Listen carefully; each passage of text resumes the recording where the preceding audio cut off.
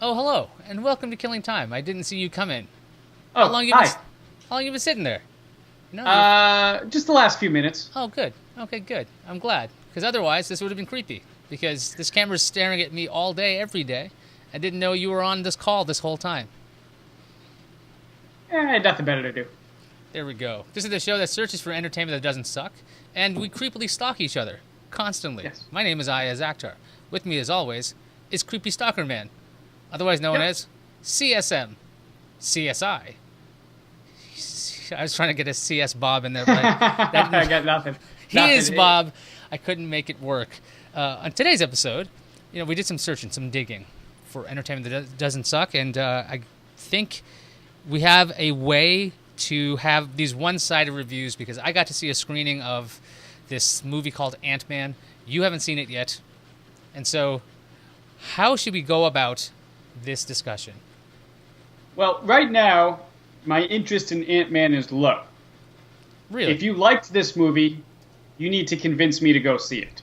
All right, so If this is not entertainment that does not suck, convince me to go see it. If it does suck, you can just commiserate, okay, whatever. So what I'm going to do is I'm going to be pulling up the trailer at the same time so we have some nice, snazzy B-roll. And I want to thank the folks at Disney, one, for getting me into a screening, and two, I don't know, never sending us takedown notices because they know we're using their trailers. Yes. Thanks, Disney. They Disney happen to- rocks. They own everything, and Yeah. they're not YouTube jerks, which is amazing. So that's just a bit of shade I'm throwing. So, convincing you to go see Ant-Man. So I guess the first question I ask you is, did you like the first Ant-Man? I was pleasantly surprised with the first Ant-Man. Okay. So this movie is similar to the first Ant-Man because there's an Ant-Man. And as Okay. you've already seen the sequel to Captain America, the Civil War, you know that he can get big. So this is no surprise that you're seeing right now that he can also be Giant Man. Correct? Yes. All right. So you know how in the first movie, Ant-Man's not exactly good at what he does as being Ant-Man anyway. Really smart. Yes.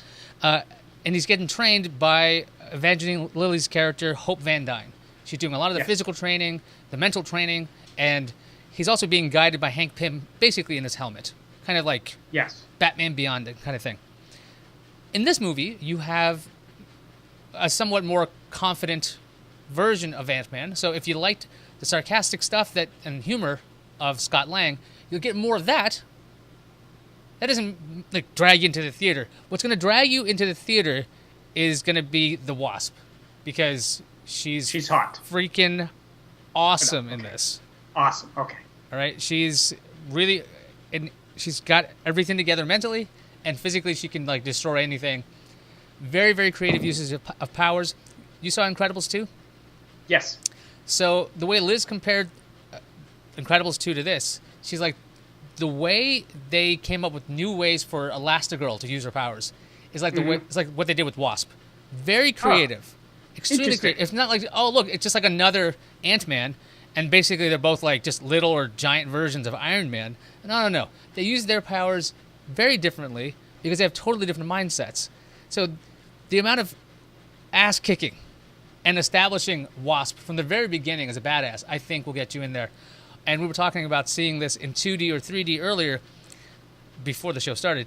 If you're going to see this movie, I'd say 3D because the effects of the characters becoming small and large, which they did pretty well in the first movie. Now- Go ahead. I just have a question before we get too far away from her being so awesome. Does it take away from him? Is he like useless? No. I mean, is there some character development for him too, like following her, or There's definitely fleshing out of Scott Okay. Lang. There's a lot more explanation. His drives are seen. His motivations are followed through on. It's not like, hey, you know how this is the thing that defines me, and then they ignore it sometimes? That doesn't happen here. There's a lot of themes that are running through a lot of the characters, actually, and it's written quite well. It is a really light-toned movie. It's not going to be as heavy as something like Infinity War. That's super heavy. yeah, It's not even as heavy as Black Panther. It's very much like Ant-Man, but all of the humor fits. I would say it's closer to like Guardians in the way that the humor shouldn't really work at times because it could get this movie's it's a heist movie. So there's a spoiler. If you couldn't figure out that's a heist movie, considering they're running around with a miniaturized building. Now, in the timeline, where is this occurring? Well, before Infinity War? After Infinity War? During Infinity War? okay, so that is a little tricky. I can tell you particularly that it definitely happens, or at least the events of this movie happen before Infinity War and possibly during Infinity War. Although I find that hard to believe as during, because I would think there would be a massive amount of hysteria happening if Infinity War was taking place and had completed during the course of the movie, because that would be a totally different setup. So it's slightly before. It's a smaller story. It's that's not a pun, good one. It's kind of like a grounded television show. If there was going to be a TV show, this would be a great one. The Adventures of Ant-Man and Wasp, but this one should really be called The Wasp with Ant-Man. Okay. But there's a lot of character development. So it's really her. It's her movie. Well, because we haven't seen her character before, the Ant-Man stuff is kind of like, yeah, you get it. We understand he can do this stuff, so we don't have to spend as much time with him. But when he does his thing, you know why it's happening. So he's still important. But there's also the story of the original Ant-Man, Hank Pym, and they go into a lot of detail with him and his rivalries with other people in the past. And that's is Michael Douglas as good as he was in the first one? Yes, and there's some heat between him and Lawrence Fishburne. These two. Oh. Yeah. So. Wow. There's some nice rivalries right there. You've got Michelle Pfeiffer, who is advertised heavily. So if you're going to see her, that's a lie. Okay, she's in the movie for a short while. Potentially, Liz thought she was potentially underutilized. I was like, maybe, but they were trying to set up so much stuff in this movie that they probably gave us enough. Right. But I wouldn't have put her on the posters then. Wouldn't be like, oh yeah, she's in this. She's kind of in it. Let's see. And lastly, we've got Ghost. In the trailer, she's set up to be the big bad villain, and it's more complicated than that. Mm-hmm. And the effect that they use for Ghost, if you've seen all the phasing through objects and things, I think that would probably have looked better in 3D. I saw it in 3D. I haven't seen it in 2D. It looked pretty cool. All of those effects of shrinking and being in different spaces and phasing through things, I think really work on a big screen in 3D. And let's see, how else could I convince you to go see this? Well, it's kind of, for the most part, it's a palate cleanser to Infinity War. Because if you watch, if you had Infinity War and you're like, whoa. Oof. I gotcha. So you think it's a good first follow-up to Infinity War for Marvel to be releasing this type of movie right after?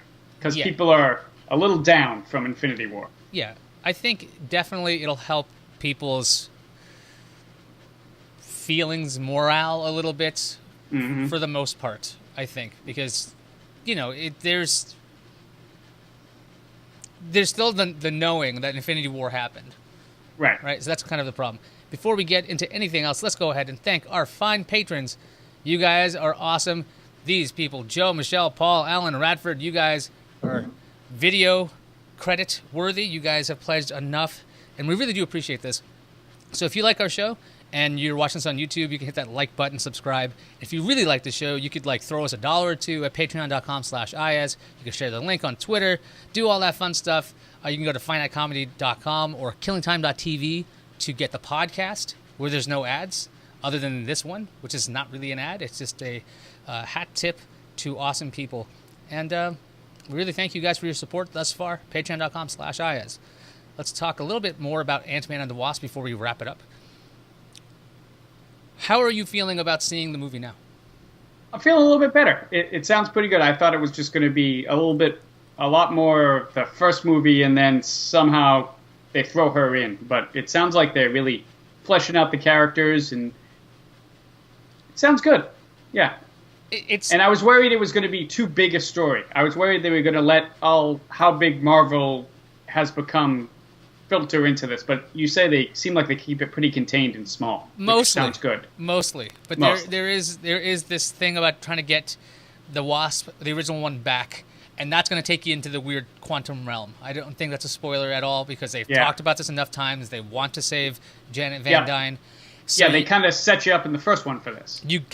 You have to know that's what that's another plot of this. So there's like on the ground level stuff, and then there's like in the ground level stuff. So like there's that's right. Nice. I went there. Nice. I like that. That was good. Prepositional usage right there. Very good. Brought to you by my 4th grade English textbook. I remember my prepositions. They were in a yellow box on the top of the right page for some reason. I don't remember what else was on that, but I do remember that box. And I didn't know why they all work together. I still don't. Why is about, over, in, under? Why are these words things or grouped? Grammar? Ant-Man and the Wasp is way more interesting than what I just said right there. So Okay. I will say that. Excellent. Yeah, I say you could skip it. Would I say that you have to go see this movie? No. This movie's going to be around for a while, but almost like culturally, you should just see it because you should get this out of the way. But very fun and great humor, good action, great characters, great acting, and there's a mid-credits scene. Stay for that. There's a post-credits scene. You can skip it, but it helps. Stay for it. Yeah, I'd suggest watching that because it's you're not gonna get that Spider-Man Homecoming thing where you just wait and wait and wait and then you get rickrolled. No, this is worth it. So all right, I highly suggest watching this Ant-Man movie. I am convinced. I will go see Ant-Man and Wasp. Okay, then we'll talk about this again later on a different episode. All right, so guys, we do our show theoretically every week. Things pop up. As you can tell, my air conditioner's been on the whole time. It's really hot. Schedules are strange. So subscribe to this show any which way you can so that you can get all the episodes. If you want, I don't know why people do this. They have that little bell thing like, oh, you get notifications for the show. I'm going to be like the one guy on YouTube being like, I don't know why you do that. I don't know you need the second we release it, but if you need it, feel free to hit the button. I'm just not going to be like, hit the button. It really helps us. It's like, no, it's just, it's going to irritate you eventually. And we don't want to irritate you. That's not what we're here for. We're here to enlighten and hopefully watch some really shitty things so you guys don't have to. Yeah. All right. With that, I think we're out of here. Yeah. So long, folks. See ya.